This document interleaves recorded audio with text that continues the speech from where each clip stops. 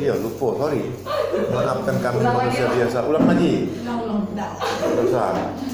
Ya, aja. Ketiga, karena itu aku mau meyakinkan kamu bahwa tidak ada seorang pun yang berkata-kata oleh Roh Allah dapat berkata, terkutuklah Yesus, dan tidak ada seorang pun yang dapat mengaku Yesus adalah Tuhan selain oleh Roh Kudus. Ayat 4, ada rupa-rupa karunia tetapi satu. Dan ada rupa-rupa pelayanan tetapi satu Tuhan. Dan ada berbagai-bagai perbuatan ajaib, tetapi Allah adalah satu yang mengerjakan semuanya dalam semua orang. Tapi kepada tiap-tiap orang dikaruniakan penyataan Roh untuk kepentingan bersama. Sebab kepada yang seorang roh memberikan karunia untuk berkata-kata dengan hikmat, dan kepada yang lain roh yang sama memberikan karunia berkata-kata dengan pengetahuan. Kepada yang seorang roh yang sama memberikan iman, dan kepada yang lain ia memberikan karunia untuk menyembuhkan. Kepada yang seorang roh memberikan kuasa untuk mengadakan mukjizat, dan kepada yang lain dia memberikan karunia untuk bernubuat, dan kepada yang lain lagi ia memberikan karunia untuk membedakan bermacam-macam roh. Kepada yang seorang ia memberikan karunia untuk berkata-kata dengan bahasa roh, dan kepada yang lain ia memberikan karunia untuk menafsirkan bahasa roh itu. Tetapi semuanya itu dikerjakan oleh Roh yang satu dan yang sama yang memberikan karunia kepada tiap-tiap orang secara khusus seperti yang dikehendakinya. Ayat 28-30 saya baca lah ya. Dan Allah telah menetapkan beberapa orang dalam jemaat, pertama sebagai rasul, kedua sebagai nabi, ketiga sebagai pengajar. Selanjutnya mereka yang mendapat karunia untuk mengadakan mujizat, untuk menyembuhkan, untuk melayani, untuk memimpin, dan untuk berkata-kata dalam bahasa roh. Adakah mereka semua rasul atau nabi atau pengajar? Adakah mereka semua mendapat karunia untuk mengadakan mujizat, atau untuk menyembuhkan, atau untuk berkata-kata dalam bahasa roh, atau untuk menafsirkan bahasa roh? Nah, pada bagian ini kita akan undang murid-murid untuk membuat daftar ya karunia rohani sesuai dengan bagian firman Tuhan yang kita baca. Ayo silakan saudara-saudara kalau membantu, karunia rohaninya apa aja? 9 karunia rohani. Aku sebenarnya 9 karunia rohani. Mujizat, kata-kata. Mungkin nanti bisa bantu di list, catat di papan tulis ya saudara-saudara ya. kata-kata dan Hikmat, pengetahuan, iman, membuat mujizat, Ya. membuka, melayani. Ini kalau disimpulkan dari si bahan ini ya suami Yesus ya, ini pesan hikmat, pengetahuan, iman, menyembuhkan itu ada 2 kali, kuasa mujizat ada 2 kali, nubuatan, nabi, membedakan roh, berbicara dalam bahasa lidah. Oh, ini kurang, ini keputus ya, harus nyambungin berbicara dalam bahasa lidah, berbeda ya. Menafsirkan bahasa lidah, rasul, mengajar, menolong, dan administrasi ya. Ini dari bagian 1 Korintus 12 tadi. Nah, untuk pengertian dari masing-masing ini saya tidak nampilkan di sini, tapi nanti di akhir ya. Sengaja ini cuma buat daftar untuk interaktif dengan murid-murid aja supaya mereka juga mencari di sana daftar karunia rohani yang ada di 1 Korintus 12 itu apa aja. Bagian yang kedua kita akan lihat di Roma 12 ayat 3 sampai 8. Saya coba deh semua.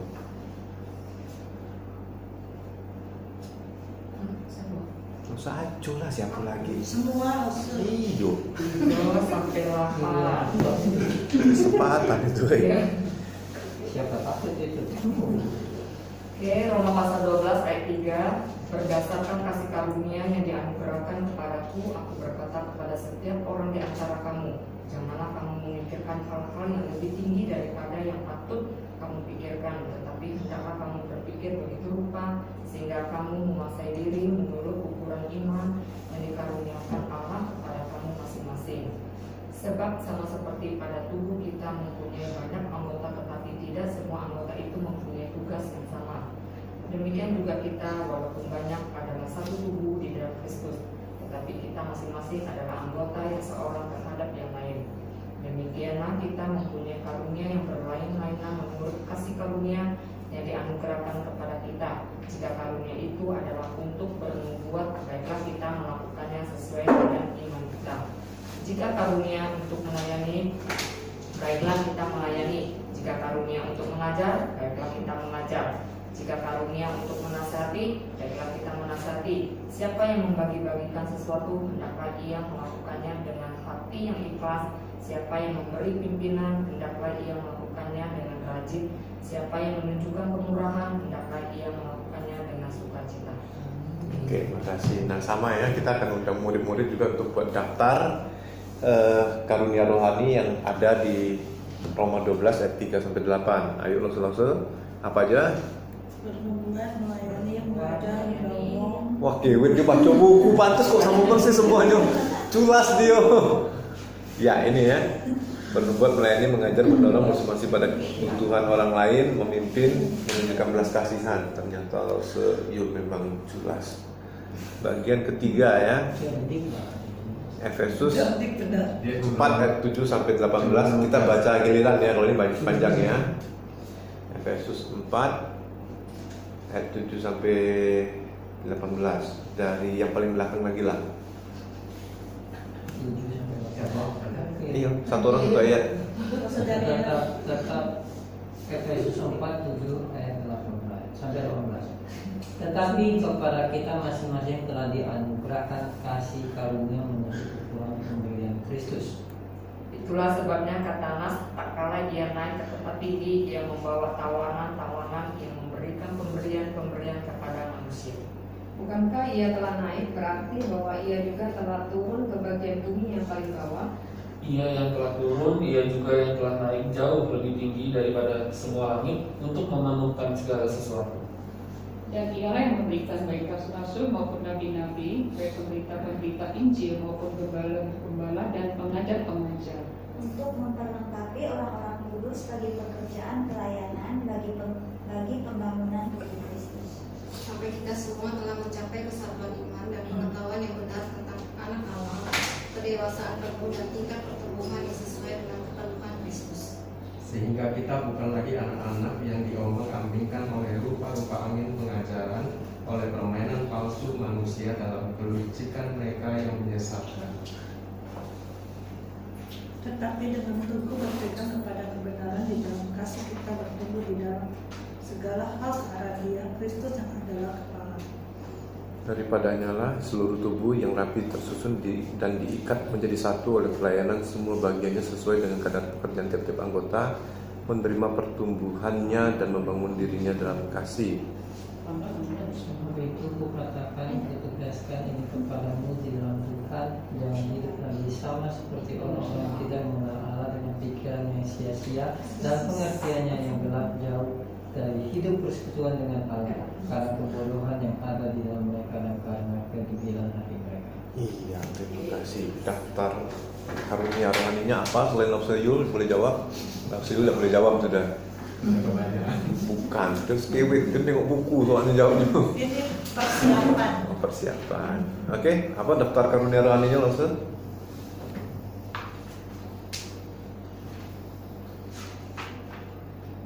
Tadi mau jawab jadinya kan itu bingung juga kan. Nanti kalau Lobseyul jawab semuanya betul, marah. Ini ya daftarnya ya. Rasul, Nabi, pengajar, penginjil, pendeta, guru ya. Pengertiannya nanti kita bahas. Bagian terakhir 1 Petrus 4 ayat 10 dan 11 minta Ibu Erna bacain 2 ayat langsung. Belum menapas lagi sudah lah, dia tadi udah menapas itu ya. 1 Petrus 4 10-11 ya. Iya.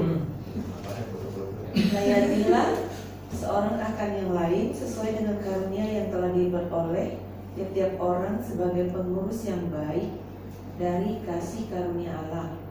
Jika ada orang yang berbicara, baiklah ia berbicara sebagai orang yang menyampaikan firman Allah. Jika ada orang yang melayani, baiklah ia melakukannya dengan kekuatan yang dianugerahkan Allah, supaya Allah dimuliakan dalam segala sesuatu karena Yesus Kristus. Ialah yang mempunyai kemuliaan dan kuasa sampai selama-lamanya. Amin. Ya, terima kasih. Daftar karunia rohaninya apa Rasul? Orang yang berbicara, baiklah ia berbicara sebagai orang yang menyampaikan firman Allah. Satu lagi? Iya, berbicara dan melayani juga ya. Ini 2 karunia rohani yang disebutkan dalam 1 Petrus 4 ayat 10 dan 11. Nah, Rasul kalau kita lihat tadi ada beberapa di Korintus tadi ya. Korintus 12 tadi menyebutkan ada 2 karunia rohani yang mungkin bisa menjadi perdebatan dan pertanyaan bagi murid-murid ya.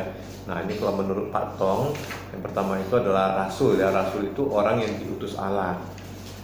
Bahasa Yunaninya apostolos, bahasa Inggrisnya messenger ya. Yang kedua itu yang disebutkan adalah nabi. Nabi adalah penyambung lidah Allah yang membawa perkataan Allah kepada dunia.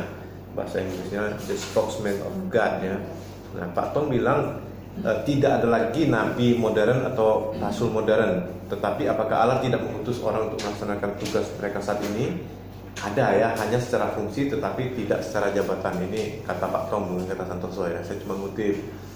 Nah, teman-teman, Aduh, iya.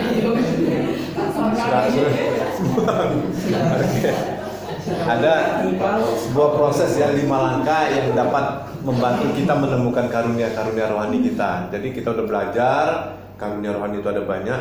Ternyata ada 5 langkah untuk bantu kita bisa temukan karunia-karunia rohani kita ya. Tetapi sebelum itu kita akan lihat bagaimana kita menemukan karunia rohani kita yang apa yang telah Allah berikan pada kita ya. Itu ada persyaratan khusus, ada 4. Yang pertama itu syarat kita bisa menemukan karunia rohani yang apa yang telah Allah berikan pada kita. Yang pertama itu harus kepada seorang Kristen ya. Jelas ya. Karunia rohani itu beda dengan bakat atau talenta ya. Talenta itu bawaan sejak lahir, bakat dan talenta sama. Karunia rohani itu diberikan tadi sesuai dengan penjelasan di awal pada saat lahir baru ya. Jadi syarat pertamanya itu diberikan kepada orang yang sudah Kristen, orang percaya ya. Yang kedua, percaya Allah telah berikan karunia-karunia rohani kepada umatnya. Jadi yang pertama kepada orang Kristen, yang kedua percaya bahwa karunia rohani itu asalnya dari Allah. Yang ketiga, berdoa minta arahan dan konfirmasi Allah. Yang keempat, rela nih susah ya untuk bekerja menguji coba dan karunia-karunia dan kesempatan berbeda yang mungkin ada dalam jemaat. Jadi setiap kita juga dikasih challenge ya untuk mencoba apakah memang yang akan kita lakukan itu adalah karunia rohani yang sudah Allah kasih pada kita ya. Nah, kita balik lagi peta harta karun kita. Nah, kita balik tadi ke 5 tadi yang 5 langkah tadi ya. 5 langkah menemukan karunia rohani kita. Yang pertama itu sederhana ya. Semuanya tuh ada kemungkinannya. Silakan diselidiki. Nah, kalau di buku Show Me Jesus itu dia pakai mungkin buat kertas, minta orang lain yang mengisi kira-kira apa yang menjadi karunia rohani kita. Itu mungkin bisa dicoba ya. Yang kedua, ya ini trial error ya, uji coba sebanyak mungkin semampumu ya. Yang ketiga, nah di sini juga ada faktor kita sendiri. Waktu kita melakukan itu, kita harus tahu apakah ada sukacita kita di situ, ada damai kita sejahtera di situ, atau kayaknya memang kita terpaksa betul gitu ya. Itu yang udah enjoy kemarin. Nah, tapi mungkin enjoynya itu agak gimana bahasanya kan? Nanti kita akan lanjutkannya. Yang keempat itu menyelidiki keefektifan kita. Artinya tidak cuma kita suka, tidak cuma kita enjoy, tapi waktu kita lakukan itu berdaya guna, nah itu loh kasarnya. Jangan kita cuma suka aja melakukan sesuatu tapi tidak efektif, tidak ada gunanya, tidak ada manfaatnya bagi orang lain ya. Nah yang kelima ini mungkin juga punya, kita cari pandangan dari mungkin orang-orang yang punya level rohani jauh mungkin di atas kita lah. Konfirmasi dari orang lain juga mungkin dibutuhkan. Betul tidak yang kita lakukan itu sudah sesuai, apakah itu menjadi karunia rohani kita. Nah ini 5 langkah yang bisa kita pakai untuk mencari tahu bagaimana karunia rohani kita sebetulnya. Kita balik lagi, kita jelaskan tadi yang soal karunia rohani yang sekian banyak. Kita bisa tanya ke murid-murid, kita munculkan nih, ini sebenarnya munculnya satu-satu nanti saya buatnya ya. Yang pertama kita tanya hikmat, menurut mereka artinya apa, pengertiannya apa. Begitu juga sampai ke bawah, ini ada banyak tadi yang tercatat, saya tidak jelaskan satu-satu, silakan dibaca. Nah, sampai yang terakhir doa syafaat ya. Nah, ingat teman-teman tadi 5 langkah yang kita pakai, yang bisa kita pakai untuk menemukan karunia rohani. Ini semua harus butuh waktu untuk kita coba lakukan dan coba sampai kita mendapat konfirmasi bahwasanya ini adalah benar karunia rohani yang kita. Nah, Ya cepat dikit. Nah itu Pak Tong bilang, ini satu doa Pak Tong ya. Tuhan berkati kita, Tuhan menggairahkan kita dan menambah-nambahkan karunia yang sudah kita miliki untuk melayani satu dengan lain untuk membangun seluruh jemaat. Kiranya ini juga menjadi doa setiap kita supaya kita dipakai Tuhan ya, dengan karunia rohani yang kita miliki. Kita tidak lagi ngomong yang seperti umumnya dan I can ya. Jadi tinggal kita gunting, kita buang, kita bisa lakukan. Nah, sebagai penutup, masukkan dari contoh CJ kemarin satu ayat firman Tuhan, belum sempat saya masukkan ya, nanti saya akan tambahkan. Mana tuh kemarin? Iya, nyontek dulu kan boleh. Kita buka Roma 12 ayat 3 ya. Roma 12 ayat 3. Minta Sekar lah bacain tolong. Berdasarkan kasih karunia yang dianugerahkan kepadaku, aku berkata kepada setiap orang di antara kamu, janganlah kamu memikirkan hal-hal yang lebih tinggi daripada yang patut kamu pikirkan, tetapi hendaklah kamu berpikir begitu rupa, sehingga kamu menguasai diri menurut ukuran iman yang dikaruniakan Allah kepada kamu masing-masing. Ya, terima kasih. Nah, satu hal yang harus kita sadari, bahwasanya karunia rohani itu bukan sesuatu yang memang sudah menjadi kemampuan kita, tapi kita sadari ini anugerah Tuhan dan kita tuh tidak layak, tetapi Tuhan memberikan kita dan memampukan kita. Kiranya dengan ayat firman Tuhan ini setiap kita punya satu dorongan untuk boleh menggunakan karunia rohani kita untuk melayani Tuhan dan membangun jemaat. Mungkin yang bisa saya siapkan itu. Setelah ada masukan silakan.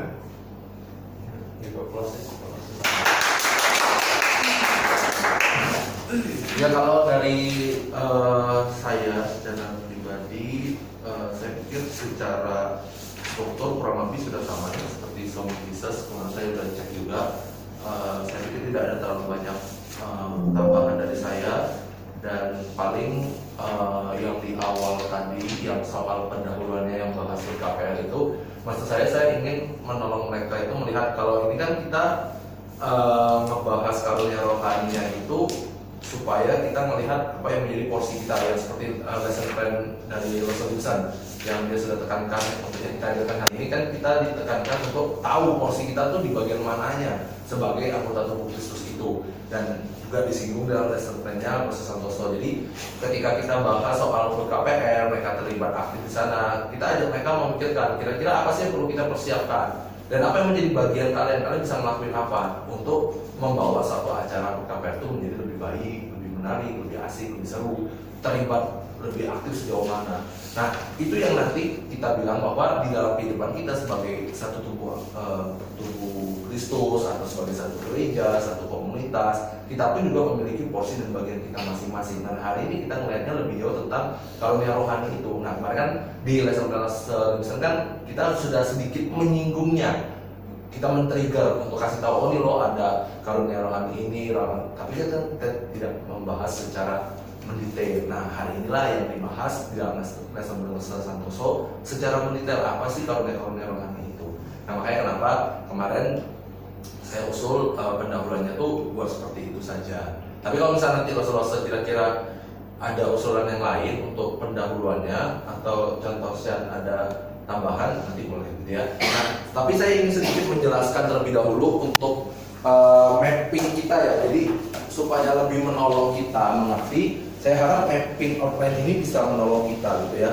Nah, ini kan kemarin lesson plan kan kita sudah bahas di dalam bab yang ke-11, dan hari ini kita bahas dari bab yang ke-12. Jadi kalau yang saya lihat dari apa yang diajarkan di sini sebenarnya lebih fokus kepada the body of Christ itu, kesatuan anggota tubuh Kristus, atau ya di sini bisa dibilang seperti gereja gitu ya, atau nanti kalau mau dibilang ini sebagai KPR ya juga boleh lah gitu ya, biar lebih relevan. Nah, ketika kita lihat di sini sebenarnya di sini sedang membahas satu hal, yaitu soal esensi. Dari esensi inilah menjadi suatu alasan yang berhubungan dengan knowledge untuk apa yang bisa kita mengerti sebagai bagian dari ini, the body of Christ ini. Nah, setelah kita memahami ini dari lesson plan hari ini yang kita akan ajarkan, kita tanamin dulu. Makanya kenapa di pelajarannya Los Santoso itu tidak terlalu banyak menjelaskan kenapa sih kita punya karunia rohani. Justru lebih banyak di lesson plan Los Simpson. Nah, itu yang kita tanamkan kepada mereka. Nanti setelah mereka ngerti, oh saya tuh the body of Christ, saya tuh satu gereja, satu KPR, saya mengerti esensinya menjadi satu tubuh Kristus itu, satu gereja. Nah, what next-nya apa nih? Kalau kemarin kita bingung kan, kira-kira apa ya aplikasinya ya? Ya kita mendorong mereka untuk pelayanan kan. Nah, itulah yang kita bawa ke sini. Yaitu kalau di sini bahas the body of Christ, di sini lebih ke arah kepada spiritual gift. Nah, dari sini kalau di sini esensi, maka di sini adalah praksisnya atau praktikanya. Apa yang harus kita lakukan? Gitu ya. Nah, nanti dari sini adalah kalau di sini alasan, the reason-nya, maka di sini adalah bagian soal pelaksanaan. Nah, jadi setelah mereka mengerti ini yang hari ini kita ajarkan, kita arahkan ke sini. Nah, supaya nanti minggu depan kita ajarin ini supaya tidak sekedar apa ya, mungkin terlalu enteng atau maksudnya kayak tidak ada pembahasan yang bagaimana soal alasan dan reasonnya, Los boleh sedikit singgung pelajaran yang hari ini dibagikan supaya mereka bisa kecantol. Oh, kenapa sih hari ini saya bahas soal apa sih karunia rohani, hikmat, pengetahuan, membedakan bahasa roh. Kalau mereka cuma datang, mereka nggak tahu atau bahkan mungkin yang hari ini nggak datang, mereka cuma dapat bagian ini, mungkin mereka akan kehilangan jembatannya. Mereka nggak nangkep. Jadi mungkin pas minggu depan kita akan ngajar ini, saya pikir mungkin boleh sedikit direview atau mungkin pas ngajar ngomong gitu ya lagi bahas soal karunia rohaninya, sedikit singgung-singgung sini boleh lah untuk kasih mereka jembatan supaya mereka nangkep gitu ya. Apalagi yang nggak datang hari ini, kasihan. Tiba-tiba datang ngomong apa tuh karunia hikmat, aduh apa ya, walaupun sudah dijelasin itu nggak ngerti. Nah, nanti Los setelah dari sini saya temukan keindahannya itu di sini. Ada yang ingat nggak bab 1 kita tuh bahas apa? Keluarga Allah ya. Bab 1 kita bahas soal welcome to the family kan? Kita bahas soal adopsi. Jadi dari adopsi di sini Rasul, kita sedang digiring satu poin yang sama. Dari awal yang udah kita tanamkan, itu dibawa untuk ke sini. Jadi bukan hanya sebatas mereka itu diselamatkan. Kalau istilahnya kita tuh nggak cuma diselamatkan saja. Oh, saya berdosa, saya diselamatkan, toh selesai. Enggak, tapi kita diundang untuk terlibat lebih jauh di dalam apa? Pelayanan. Yang artinya kita harus punya kontribusi. Kontribusi kita yang lebih jauh terhadap apa? Tubuh Kristus. Atau kepada gereja atau kepada KPR. Nah, nanti goalnya itu yang bikin dia ada punchline-nya itu di bab berapa? Itu di bab 13. Kalau selalu lihat di buku, bab 13 itu judul di sini sih dibilangnya spiritual reproduction. Ini membahas soal bagaimana Injil itu menjadi suatu hal yang harus diprioritaskan. Nanti dari sini kita akan melihat lebih jauh bagaimana anak-anak itu didorong untuk pergi apa? Penginjilan. Nah, kenapa ini menjadi punchline-nya? Kenapa ini menjadi sangat penting? Karena tidak semua orang itu mengalami yang di sini, welcome to the family ini. Jadi ketika kita bisa mengalami welcome to the family, seharusnya kita nggak cuma diem, pasif, tapi kita dibawa untuk aktif. Dan itu yang kita pelajari di dalam tahun 3 triwulan 1 ini.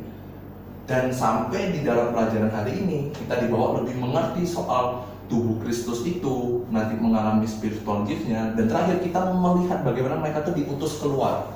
Seperti yang dibilang di dalam gereja atau eklesia. Itu diutus keluar.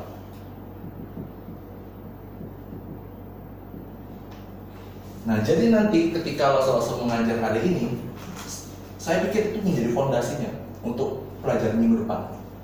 dan apalagi hukumnya di bab 13. Jadi secara keseluruhan bab 1 sampai 13 kita bisa lihat adanya suatu welcoming, diterima, disambut, tetapi juga tidak lupa untuk disuruh pergi keluar. Untuk apa? Memberitakan Injil, supaya kita lihat ada orang-orang yang juga mengalami yang namanya welcome to the family itu.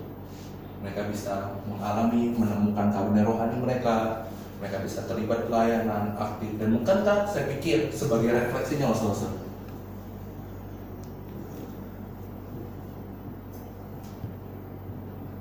bukankah ini kerinduan kita melihat anak-anak remaja kita terlibat sejauh itu, khususnya di dalam KPR aja dulu. Jadi saya pikir mungkin ini bisa jadi suatu mapping untuk melihat kita mengerti, dan kalau nanti ada yang bingung atau ada yang mau tanya boleh gitu ya. Tapi mungkin tambahan saya sejauh ini dulu gitu. Mungkin dari Chandra ada yang mau ditambahkan? Cukup foto dulu. Enggak, acur ada foto. Ya, nah datang Ustaz.